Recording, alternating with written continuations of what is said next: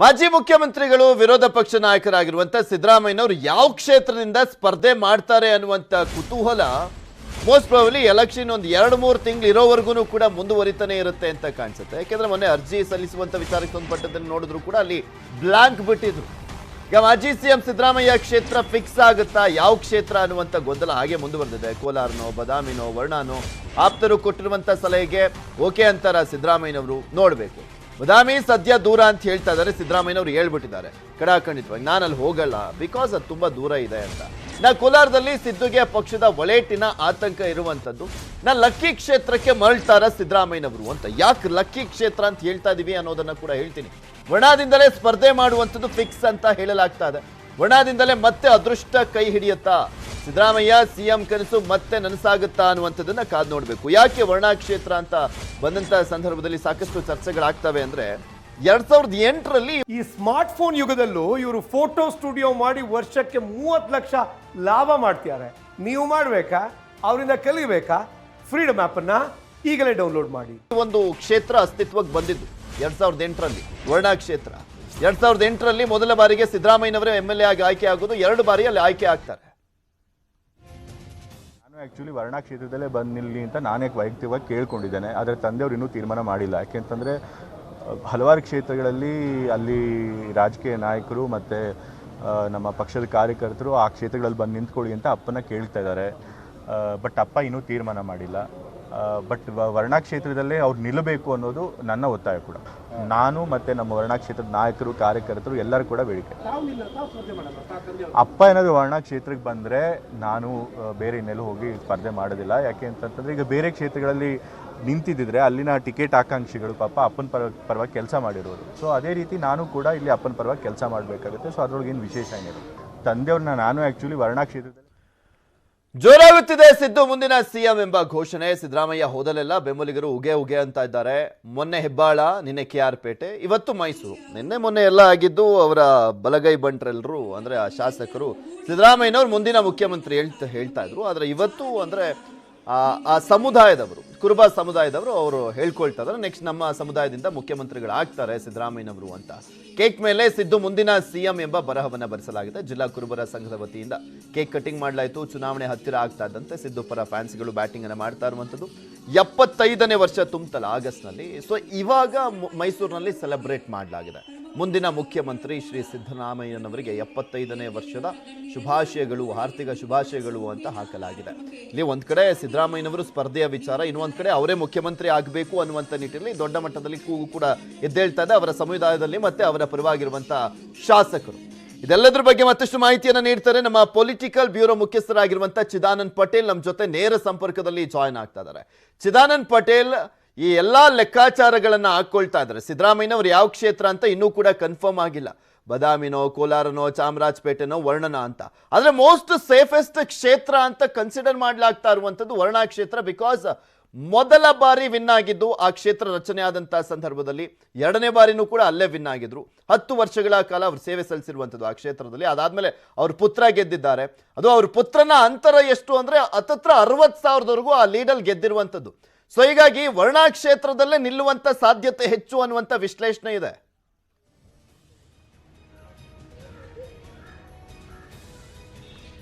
ಪೃಥ್ವಿ, ಖಂಡಿತವಾಗಿಯೂ ಎಲ್ಲ ಒಂದ್ ಕಡೆ ಸಿದ್ದರಾಮಯ್ಯನವರಿಗೆ ಕೊನೆ ಚುನಾವಣೆ ಆಗಿದ್ರಿಂದ ಅವರ ತವರು ಕ್ಷೇತ್ರ, ತವರು ಜಿಲ್ಲೆಯಲ್ಲಿ ಸ್ಪರ್ಧೆ ಮಾಡಬೇಕೆಂಬುದು ಅವರ ಆಪ್ತರು, ಅಭಿಮಾನಿಗಳು, ಸ್ವತಃ ಅವರ ಪುತ್ರ ಶಾಸಕ ಯತೀಂದ್ರ ಸಿದ್ದರಾಮಯ್ಯನವರ ಆಕಾಂಕ್ಷೆ ಕೂಡ ಹೌದು. ಒಂದ್ ಕಡೆ ಕೋಲಾರದಲ್ಲಿ ಬನ್ನಿ ಅಂತ ಹೇಳ್ತಿದ್ದಾರೆ. ಕೋಲಾರದಲ್ಲಿ ಹಲವಾರು ಸಭೆಗಳು ನಡೆದಿದ್ದಾವೆ. ಸ್ವತಃ ಸಿದ್ದರಾಮಯ್ಯನವರೇ ಕೋಲಾರದಲ್ಲಿ ಸ್ವತಃ ಖುದ್ದು ಭೇಟಿ ಕೊಟ್ಟು ಸಮೀಕ್ಷೆಯನ್ನು ನಡೆಸಿದ್ದಾರೆ. ಆದ್ರೆ ಕೋಲಾರದಲ್ಲಿ ವಿಪಕ್ಷ ನಾಯಕ ಸಿದ್ದರಾಮಯ್ಯನವರಿಗೆ ಒಳೇಟಿನ ಆತಂಕ. ಯಾಕಂತ ಹೇಳಿದ್ರೆ ಒಂದ್ ಕಡೆ ಅಲ್ಲಿರ್ತಕ್ಕಂಥ ಕಾಂಗ್ರೆಸ್ ಒಳಗಡೆ ಇರ್ತಕ್ಕಂಥ ಇನ್ನೊಂದು ಬಣ KH ಮುನಿಯಪ್ಪನವರ ಬಣ, ಮತ್ತೆ DK ಶಿವಕುಮಾರ್ ಅವರ ಆತಂಕ, ಬಿಜೆಪಿ ಆತಂಕ, JDS ನ ಆತಂಕ, ಈ ಎಲ್ಲ ಆತಂಕಗಳ ನಡುವೆ ಕೋಲಾರದಲ್ಲಿ ಅವರು ಸ್ಪರ್ಧೆ ಮಾಡುವಂತ ಸ್ಥಿತಿ ಎದುರಾಗಿರುವಂತದ್ದು. ಹಾಗಾಗಿ ವರ್ಣಾ ಕೊನೆ ಚುನಾವಣೆ ಆಗಿದ್ರ ವರ್ಣಾ ಇದುವರೆಗೂ ಕೂಡ ಸಿದ್ದರಾಮಯ್ಯನವರನ್ನ ಕೈ ಬಿಟ್ಟಿಲ್ಲ. ಅವ್ರನ್ನ 2 ಬಾರಿ ಗೆಲ್ಲಿಸಿದೆ. ಅವರ ಪುತ್ರ ಯತೀಂದ್ರ ಸಿದ್ದರಾಮಯ್ಯರವರನ್ನು ಕೂಡ ಅಲ್ಲಿ ಶಾಸಕರಾಗಿ ಮಾಡಿರುವಂತದ್ದು. ಹಾಗಾಗಿ ವರ್ಣವೇ ಸೇಫೆಸ್ಟ್ ಕ್ಷೇತ್ರ ಅನ್ನೋದು ಈಗ ಚರ್ಚೆ ಆಗ್ತಿರುವಂತದ್ದು. ಈ ಎಲ್ಲದರ ನಡುವೆ ಒಂದ್ ಕಡೆ ಸಿದ್ದರಾಮಯ್ಯ ಕೋಲಾರ ಅನ್ನುತ್ತಿರುವ ಸಂದರ್ಭದಲ್ಲಿ ಯತೀಂದ್ರ ಸಿದ್ದರಾಮಯ್ಯನವರು ನನ್ನ ತಂದೆಗೆ ಹೇಳಿದ್ದೇನೆ ವರ್ಣದಿಂದಲೇ ಸ್ಪರ್ಧೆ ಮಾಡಿ, ಕೊನೆ ಚುನಾವಣೆ ತವರ ಕ್ಷೇತ್ರದಿಂದಲೇ ಸ್ಪರ್ಧೆ ಮಾಡಿ ಅಂತೇಳಿ ಮನವಿ ಮಾಡಿದ್ದೇನೆ. ಅದರಿಂದ ಚುನಾವಣೆಯಲ್ಲಿ ಕೂಡ ಕೆಲಸ ಮಾಡ್ಲಿಕ್ಕೆ ಕೂಡ ಅನುಕೂಲ ಆಗುತ್ತೆ. ನಾನು ಚುನಾವಣೆಗೆ ಸ್ಪರ್ಧೆ ಮಾಡಲ್ಲ, ನಾನೇ ಕೆಲಸ ಮಾಡ್ತೀನಿ. ಜೊತೆಗೆ ಒಂದು ಮಾತನ್ನ ಹೇಳಿದ್ರು, ವರುಣ ಸಿದ್ದರಾಮಯ್ಯ ಪಾಲಿಗೆ ಅದು ಲಕ್ಕಿ ಕ್ಷೇತ್ರ, ಅದೃಷ್ಟದ ಕ್ಷೇತ್ರ. ಆ ವರುಣ ಕ್ಷೇತ್ರದಿಂದಲೇ ಅವರು ವಿಪಕ್ಷ ನಾಯಕ ಆದ್ರು, ಮುಖ್ಯಮಂತ್ರಿ ಆದ್ರು, ಎಲ್ಲವೂ ಕೂಡ ಇಲ್ಲಿ ಇದೊಂಥರ ಲಕ್ಕಿ ಕ್ಷೇತ್ರ. ಹಾಗಾಗಿ ಇಲ್ಲೇ ನಿಂತಲಿ, ಇಲ್ಲೇ ಗೆದ್ರೆ ಅವರು ಮುಂದೆ ಅಧಿಕಾರ ಸಿಗುತ್ತೆ ಅನ್ನೋ ಮುಖಾಂತರ ಪರೋಕ್ಷವಾಗಿ ನನ್ನ ತಂದೆ ಮುಖ್ಯಮಂತ್ರಿ ಆಗ್ತಾರೆ ಅಂತ ಹೇಳಿ ಸುಳಿವನ್ನ ಬಿಟ್ಕೊಟ್ರು. ಹಾಗಾಗಿ ಎಲ್ಲ ಒಂದ್ ಕಡೆ ಸಿದ್ದರಾಮಯ್ಯನವರಿಗೆ ಕ್ಷೇತ್ರದ ವಿಚಾರದಲ್ಲಿ ಸ್ವತಃ ಪುತ್ರ ಯತೀಂದ್ರ ಸಿದ್ದರಾಮಯ್ಯನವರೇ ಇದೀಗ ಫೋರ್ಸ್ ಮಾಡ್ತಿರ್ತಕ್ಕಂಥದ್ದು. ಅಂತಿಮವಾಗಿ ಸಿದ್ದರಾಮಯ್ಯ ಯಾರು ಏನೇ ಹೇಳಿದ್ರು ಕೂಡ ಕೋಲಾರ, ವರುಣ, ಕೋಲಾರ, ಚಾಮರಾಜಪೇಟೆ ಅಥವಾ ಬಾದಾಮಿ ಅಂದ್ರೂ ಕೂಡ ಅಂತಿಮವಾಗಿ ಪುತ್ರ ಯತೀಂದ್ರ ಸಿದ್ದರಾಮಯ್ಯ ಹೇಳೋ ಪ್ರಕಾರ ಈಗ ವರ್ಣ ಕ್ಷೇತ್ರದ ವಿಚಾರಕ್ಕೆ ಸಂಬಂಧಪಟ್ಟಂತೆ ಬರೋದಾದ್ರೆ ಮುಂಚೆ ಒಂದ್ ಸ್ವಲ್ಪ ವಿಜೇಂದ್ರ ಅವರು ಅಲ್ಲಿ ಓಡಾಡ್ತಾ ಇದ್ರು, ಒಂದು ಸಂಘಟನೆಯನ್ನ ಮಾಡ್ಕೊಂಡಿದ್ರು. ಸೊ ಹೀಗಾಗಿ ಒಂದು ವೇವ್ ಕೂಡ ಇತ್ತು. ಅದಾದ್ಮೇಲೆ ಶಿಕಾರಿಪುರದಲ್ಲಿ ನಿಂತ್ಕೊಳ್ತಾರೆ ವಿಜೇಂದ್ರ ಅಂತ ಯಡಿಯೂರಪ್ಪನವರೇ ಘೋಷಣೆ ಮಾಡಿದಂತ ಹಿನ್ನೆಲೆಯಲ್ಲಿ ಅಲ್ಲಿ ಸಿದ್ದರಾಮಯ್ಯನವ್ರು ನಿಂತ್ಕೊಂಡ್ರೆ ಇನ್ನೂ ಈಸಿ ಆಗುತ್ತೆ, ಕೇಕ್ ವಾಕ್ ಅಲ್ಲಿ ವಿನ್ ಆಗೋದಾದ್ರೆ ಸಿದ್ದರಾಮಯ್ಯನವರು ಅನ್ನುವಂಥ ವಿಶ್ಲೇಷಣೆ ಇರುವಂತದ್ದು.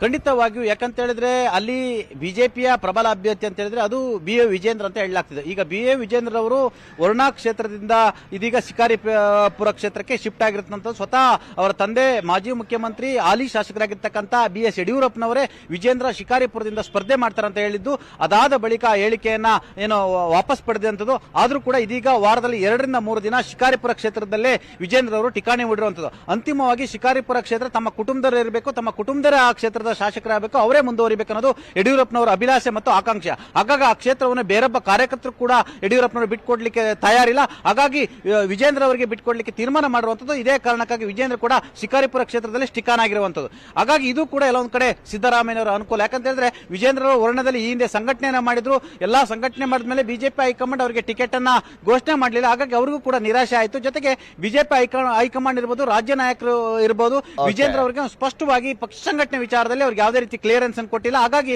ಅವ್ರಿಗೂ ಕೂಡ ಎಲ್ಲ ಒಂದ್ ಕಡೆ ಶಿಕಾರಿಪುರವೇ ಅನಿವಾರ್ಯ ಆಗಿರುವಂತದ್ದು. ಹಾಗಾಗಿ ವರುಣಾ ಕ್ಷೇತ್ರ ಒಂದು ವೇಳೆ ಸಿದ್ದರಾಮಯ್ಯ ನಿಂತ್ರೆ ಇದು ಕೊನೆಯ ಚುನಾವಣೆ, ಮುಖ್ಯಮಂತ್ರಿ ಆಗುವ ಅವಕಾಶ ಇದೆ. ತವರು ಕ್ಷೇತ್ರ, ಅಲ್ಲಿನ ಜನರು ಕೂಡ ತಮ್ಮ ನಾಯಕನನ್ನು ಸೋಲಿಸುವಂತ ಮಟ್ಟಕ್ಕೆ ಹೋಗಲ್ಲ ಅನ್ನೋದು ಕೂಡ ಅವರ ಲೆಕ್ಕಾಚಾರ. ಹಾಗಾಗಿ ಯತೀಂದ್ರ ಸಿದ್ದರಾಮಯ್ಯ ಕೂಡ ವರುಣಾ ಕ್ಷೇತ್ರವೇ ಸೇಫ್, ವರುಣಾ ಕ್ಷೇತ್ರವೇ ಲಕ್ಕಿ ಕ್ಷೇತ್ರ, ವರುಣಾ ಕ್ಷೇತ್ರದಲ್ಲಿ ನನ್ನ ತಂದೆಯವರು ನಿಲ್ಲಿ ಅಂತೇಳಿ ಒತ್ತಡವನ್ನು ಹಾಕ್ತಿರೋದು ಅಂತ ಹೇಳಲಾಗ್ತಿದೆ.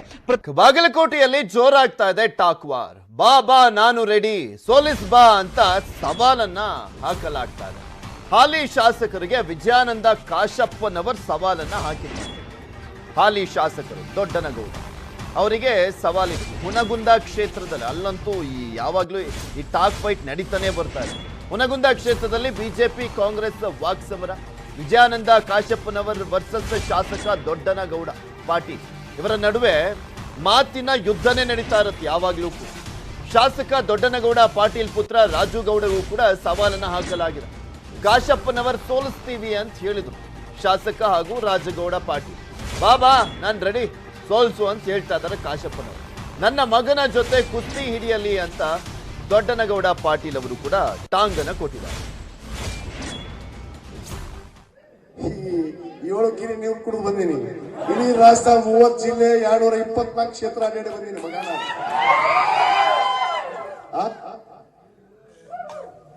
ಸೋಲಿಸ್ತಾರ ಬಾಬಾ. ಆಯ್ತು, ನಾ ರೆಡಿ ಇದ್ದೀನಿ, ಬರ್ರಿ. ನಾನು ಶಿವಗುತ್ತೆ, ಚಿಕ್ಕ ಹಿರಿಯ ಶಿವಗುತ್ತೆ ಮಾತ್ರ ಸಣ್ಣವಾಗುದಿಲ್ಲ. ನಾನು ಎಲ್ಲಿ ಹೇಳಿದ್ದೇಳು, ಈ ರಾಜ್ಯದ ಒಬ್ಬ ಮಾಜಿ ಮುಖ್ಯಮಂತ್ರಿಯವರ ಸರ್ಕಲ್ SR ಕಮಿಟಿಯಲ್ಲಿ ಸೋತು ತಾಕತ್ತಿದ್ರೆ ಯಾರ್ಯಾರು ಬರ್ತೀರಿ ಬರ್ರಿ, ಟೈಮ್ ಕೊಡ್ರಿ. ನಾ ಬರಲಿಲ್ಲ, ಮಕ್ಕಳು ಹುಟ್ಟಿಲ್ಲ.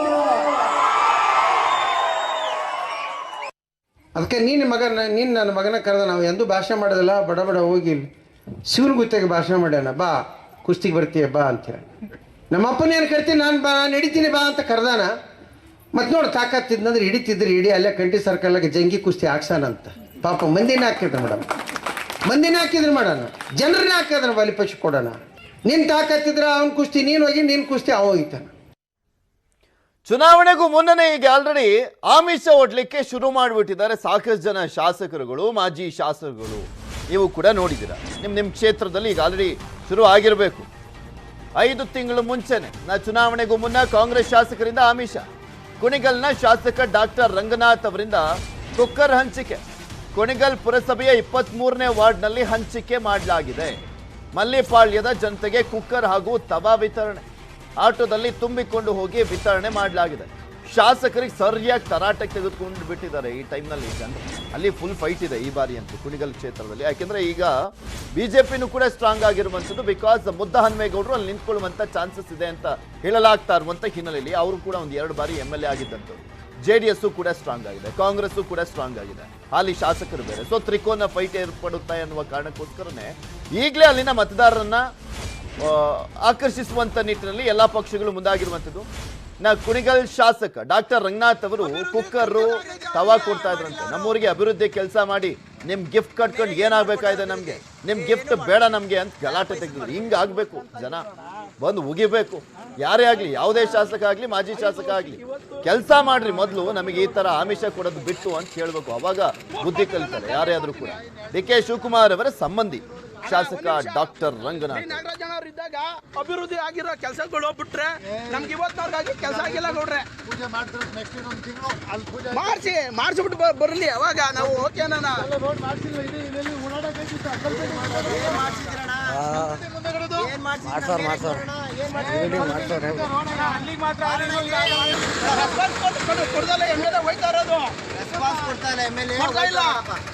ಅಭಿವೃದ್ಧಿ ಕುಂಠಿತ ಮಾಡಿಲ್ಲ ಅವರು.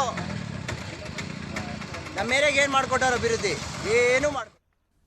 ಯಾರಾದ್ರೂ ಜನಸಾಮಾನ್ಯ ಆಗಿದ್ದಿದ್ರೆ ಇಷ್ಟೊತ್ತಿಗೆ ಒದ್ದು ಒಳಕಾಕಿರೋರು ಪೊಲೀಸರು. ಆದ್ರೆ ಬಿಜೆಪಿಯ ಮಾಜಿ ಜಿಲ್ಲಾ ಪಂಚಾಯತಿ ಅಧ್ಯಕ್ಷರ ಮಗ ಅಲ್ವಾ, ಅದಕ್ಕೆ ಸೈಲೆಂಟ್ ಆಗಿದ್ದಾರೆ ಅಂತ ಕಾಣಿಸುತ್ತೆ. ನೋಡೋಣ, ಈ ಸುದ್ದಿ ಬಿತ್ತರ ಆಗಿದೆ, ಈಗ ಅರೆಸ್ಟ್ ಮಾಡ್ತಾರಾ ಇಲ್ವಾ ಅಂತ.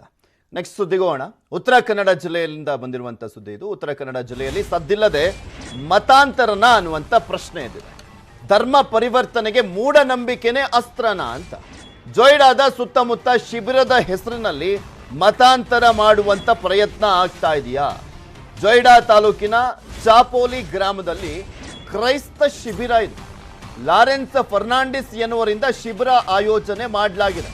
ಶಿಬಿರ ಮಾಡಲಿ, ಅಲ್ಲಿ ಜನರ ಒಂದು ಬಡತನನ್ನೇ ಇಲ್ಲಿ ಅಡ್ವಾಂಟೇಜ್ ಆಗಿ ತಗೊಂಡು ಮತಾಂತರ ಮಾಡುವಂತ ಪ್ರಯತ್ನ ಮಾಡಲಾಗಿದೆ ಅಂತ ಆರೋಪ.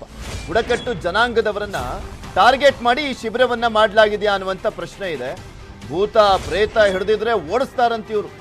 ಭೂತ ಪ್ರೇತ ಹಿಡಿದಿದ್ರೆ, ಭೂತ ಪ್ರೇತ ಓಡಿಸ್ಲಿಕ್ಕೆ ಯೇಸುವನ್ನ ಆರಾಧಿಸ್ಬೇಕಂತೆ. ಲೆಕ್ಕ ಹಾಕೊಳ್ಳಿ, ಭೂತ ಪ್ರೇತ ಹಿಡಿದ್ರೆ ಯೇಸುವನ್ನ ಆರಾಧಿಸ್ಬಿಟ್ರೆ ಓಡೋಗ್ಬಿಡುತ್ತಂತೆ.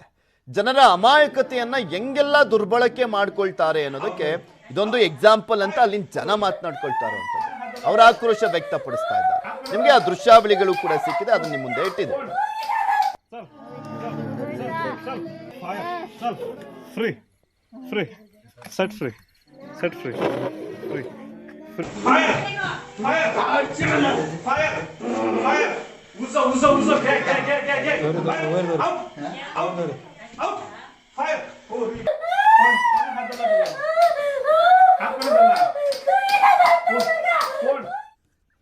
ಇದ್ರ ಬಗ್ಗೆ ಮತ್ತಷ್ಟು ಮಾಹಿತಿಯನ್ನ ನೀಡಲಿಕ್ಕೆ ಮಾತಾಡಲಿಕ್ಕೆ ನಮ್ಮ ಜೊತೆ ರಾಜೇಶ್ ನಾಯಕ್ ಅವರು, ಹಿಂದೂಪರ ಮುಖಂಡರು, ದೂರವಾಣಿ ಸಂಪರ್ಕದಲ್ಲಿ ಜಾಯ್ನ್ ಆಗ್ತಾ ಇದ್ದಾರೆ. ನಮಸ್ಕಾರ ರಾಜೇಶ್ ನಾಯಕ್ ಅವರೇ. ನಮಸ್ಕಾರ. ಎಷ್ಟು ದಿನದಿಂದ ಶಿಬಿರ ನಡೀತಾ ಇದೆ ಅಲ್ಲಿ? ಈಗ ಬಹಳ ದಿವಸದಿಂದ ಶಿಬಿರ ನಡೀತಾ ಇದೆ. ಈಗ ಈ ಏನು ಕೃತ್ಯ ಮಾಡಿದಾರಲ್ಲ, ಈ ಅಕ್ಷಮ ಅಪರಾಧ. ಅದು ಆಕ್ಚುಲಿ ಅದು ಮಾಡಬಾರ್ದಂತ ಸರ್ಕಾರದಿಂದ ಇದೆ. ಆಲ್ರೆಡಿ ಕಾನೂನು ಆಗ್ಬಿಟ್ಟಿದೆ, ಮತಾಂತರ ನಿಷೇಧ ಕಾಯ್ದೆ. ಮತಾಂತರ ಕಾನೂನಂತೂ ಆಗ್ಬಿಟ್ಟಿದೆ. ಆದ್ರೂನು ಈ ತರ ವ್ಯವಹಾರ ನಡೆಸ್ತಾ ಇದ್ದಾರೆ ಅಂತ ಹೇಳಿ ಅಕ್ಷಮ್ಯ ಅಪರಾಧ ಅಂತ ಹೇಳಲಿಕ್ಕೆ ಬಯಸ್ತಾ ಇದ್ದೇನೆ. ಯಾವುದೇ ಕಂಡೀಷನ್ ದಲ್ಲಿ ಸರ್ಕಾರ ಅದಕ್ಕೆ ಒಪ್ಪೋದಿಲ್ಲ. ಯಾವುದೇ ಸರ್ಕಾರ ಬರ್ಲಿ, ಅದು ಬಿಜೆಪಿ ಸರ್ಕಾರ ಇರ್ಲಿ, ಯಾವುದೇ ಸರ್ಕಾರ ಬಂದ ಮೇಲೆ ಹಿಂದೂ ಇದರಲ್ಲಿ ಅದು ಒಂದು ಕಾನೂನಾತ್ಮಕವಾಗಿ ಇದಾಗ್ಬಿಟ್ಟಿದೆ. So no one can handle this case. Okay, ಈಗ ಯಾರಾದ್ರೂ ಮತಾಂತರ ಆಗಿದಾರ ಅಲ್ಲಿ? ಮತಾಂತರ ಈಗ ಕೆಲವು ಭಾಗದಲ್ಲಿ ಮತಾಂತರ ಆಗ್ತಾ ಇದೆ. ಈಗ ಏನಾಗ್ತದೆ, ಇವರು ಯಾರಿಗೆ ಇದು ಮಾಡಿದೆ ತಪ್ಪಾಗಿ ಮಾಡ್ತಾ ಇದ್ದಾರೆ. ಬಟ್ ನಮ್ ಜನ ಹಿಂದೂ ಕಾರ್ಯಕರ್ತರು ಹೋಗಿ ಅವ್ರಿಗೆ ಅಲ್ಲಲ್ಲಿ ಸಣ್ಣ ಇದ್ ಮಾಡ್ತಾ ಇದ್ದಾರೆ. ಈ ಲಾರೆನ್ಸ್ ಫರ್ನಾಂಡಿಸ್ ಅನ್ನೋನ್ ಯಾವ ಊರು ಅವನು? ಲಾರೆನ್ಸ್ ಫರ್ನಾಂಡಿಸ್ ಅಂತ ಹೇಳಿ ಅವ್ರದ್ದು ಈ ಊರು ಆಕ್ಚುಲಿ ನಮ್ಮ ಊರಿನಕ್ಕಿಂತ ಹೊರಗಿನವರೇ ಬಂದ್ಕೊಂಡು ಇಲ್ಲಿ ಸ್ಥಾನೀಯ ಆಗಿ ಕೆಲಸ ಮಾಡ್ತಾ ಇದ್ದಾರೆ. They are not hour district ಜನ. ನಮ್ಮ ಕರ್ನಾಟಕದಿಂದ ಈ ಹೊರಗಿನ ಕೇರಳದಿಂದಲೂ ಬರ್ತಾ ಇದ್ದಾರೆ. ಕೆಲವು ಅವರ ಮುಖಂಡತ್ವದಲ್ಲಿ ಕೆಲಸ ನಡೀತಾ ಇದೆ. ಓಕೆ, ಆ ಬುಡಕಟ್ಟು ಜನಾಂಗದವ್ರು ಯಾರು ಕೂಡ ಇದನ್ನ ವಿರೋಧ ಮಾಡಿಲ್ವಾ? ಈಗ ಮಾಡ್ತಾ ಇದ್ದಾರೆ, ಕೆಲವರು ಮಾಡ್ತಾ ಇದ್ದಾರೆ, ಕೆಲವರಿಗೆ ಗೊತ್ತಿಲ್ಲದೆ ಈ ತರದ್ದು ಕೆಲಸ ಭಾರಿ ರಿಮೋಟ್ ಪ್ಲೇಸ್ ದಲ್ಲಿ ನಡೀತಾ ಇದೆ. ನೀವು ಕಂಪ್ಲೇಂಟ್ ಕೊಟ್ಟಿದ್ದೀರಾ ತಹಶೀಲ್ದಾರ್ಗೋ ಹೌದು, ತಹಶೀಲ್ದಾರಿಗೆ ಕಂಪ್ಲೇಂಟ್ ಹೋಗಿದೆ, ಡೆಪ್ಟಿ ಕಮಿಷನರ್ಗೆ ಒಂದು ನಾವು ಇದು ಕೊಟ್ಟಿದ್ದೀವಿ ಕಂಪ್ಲೇಂಟ್. ಓಕೆ, ಹೌದು. ಆದ್ರೂ ಏನು ಆಗಿಲ್ಲ, ಏನು ಕ್ರಮ ಇನ್ನು ಅದು ಅದಕ್ಕೆ ಸ್ಪಂದನೆ ಸಿಗ್ತಾ ಇಲ್ಲ ನಮ್ಗೆ. ಸರ್ಕಾರದಿಂದ ಸರಿ ಒಂದು ಕಾನೂನು ಇದೆ, ಅವರು ಆಕ್ಷನ್ ತಗೊಳ್ಬೇಕು ಅಷ್ಟೇ. ಈಗ ಆಕ್ಷನ್ ಆಗ್ತಾ ಇಲ್ಲ. ನಾವು ಅದ್ರ ಹಿಂದೆ ಇದ್ದೀವಿ, ನೋಡುವ ಏನು ಮುಂದೆ ಏನಾಗ್ತದೆ. ಓಕೆ, ನೋಡೋಣ ಏನಾಗುತ್ತೆ ಅಂತ. ಥ್ಯಾಂಕ್ ಯು ರಾಜೇಶ್ ನಾಯ್ಕ್ ಅವರೇ, ನ್ಯೂಸ್ 18 ಜೊತೆ ಮಾತನಾಡಿದ್ದಕ್ಕೆ.